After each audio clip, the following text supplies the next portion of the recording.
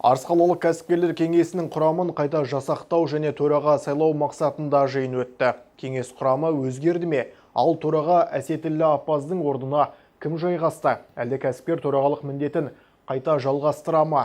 Алдағы бейнематериалда. Жиынға қала әкімінің орынбасары Ерғали Қуандық, Түркістан облысы кәсіпкерлер палатасының шағын кәсіпкерлікті дамыту бойынша директордың орынбасары Ербол Әуелбеков пен Түркістан облысы кәсіпкерлер палатасының құқықтық сұрақтар бойынша директордың орынбасары Зухра Әмірова, Арыс ауданы прокуратурасының прокуроры Қуаныш Ханимұратұлы, кеңес мүшелері, сондай-ақ төраға Әсетіллә Аппазов қатысты. Жиынның күн тәртібі мынадай. Бүгін қаралатын мәселелер осы аудандық кеңестің құрамын қайтадан жасақтау және төраға сайлау.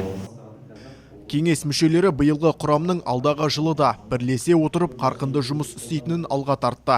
Десе де кеңестің бір мүшесі жұмысын тоқтатып, жаңа құрам 3 бірдей кәсіпкермен толықты.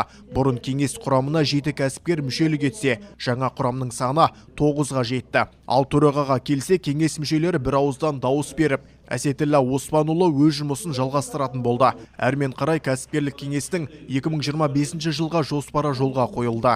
Өңірде кәсіпкерлікті дамытуға және қолдауға бағытталған мемлекеттік және өңірлік бағдарламаларды әзірлеуге және оны іске асыруға қатысу.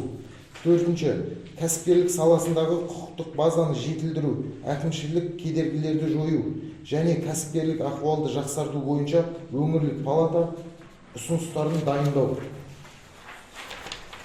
Және де келесі ретке өтсеңіздер, 5-ші ретте ауданда қаржылық, кредиттік, мүліктік, нормативтік құқықтар, ақпараттық қолдау және кадрлар даярлау салаларында кәсіпкерлікті дамыту және мемлекеттік қолдау шараларының тиімділігін талдауға қатысу.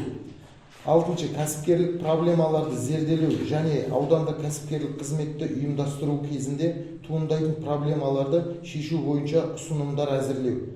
7-ші, ауданның кәсіпкерлік субъектілерінің заңды құқықтары мен мүдделерін қозғайтын кәсіпкерлік және де өзге де экономикалық қызметтерді реттеуге бағытталған нормативтік құқықтарды актілерге қоғамдық сараптама шеңберінде іс-шараларды ұйымдастыру және өткізу. Өңірдің кәсіпкерлік субъектілерінің қызметінде қолдану мақсатында кәсіпкерлік қызмет тәжірибесін зерделеу, қорыту және оны тарату. 9-шы, өңірдің және немесе ауданның кәсіпкерлік қызметін жетілдіру бойынша шешімдер қабылдау үшін қажетті ақпараттық талдамалық материалдарды әзірлеуге қатысу. Және де бақ және әлеуметтік желілерде аудандық кеңестің қызметі туралы жарияланымдар жасау. Және де 11-ші, аудандық кеңестің және аудандық филиалдардың 2025 жылға атқарылған жұмысын қорытындылау. Бұның барлығы негізі жылда жасап жүрген өзіміздің шараларымыз, өткізіп отқан отырыстарымыз біздер. Алдағы уақытта да осы жұмыс жоспарымен 2025 жылға әрі қарай жұмысымызды бірге жасауға атсалысайық бір ауыздан. Жиын барысында кеңес мүшелері кәсіпкерлерге жасалып жатқан жағдай мен туындап жатқан мәселелер турасында бірқатар маңызды сауалдарды ортаға салып, пікір алмасып шешу жолдарын қарастырды. Айта кетейік, кәсіпкерлік кеңес жергілікті кәсіпкерлерді жан-жақты қолдау, құқығының болмауын қадағалау, заңсыз кедергілерден сақтау мақсатында құрылып, сол бағытта жұмысын жалғастырып келеді. Жантөре Болысмұрат, Балауса Оспан, Арт ТВ жаңалықтары.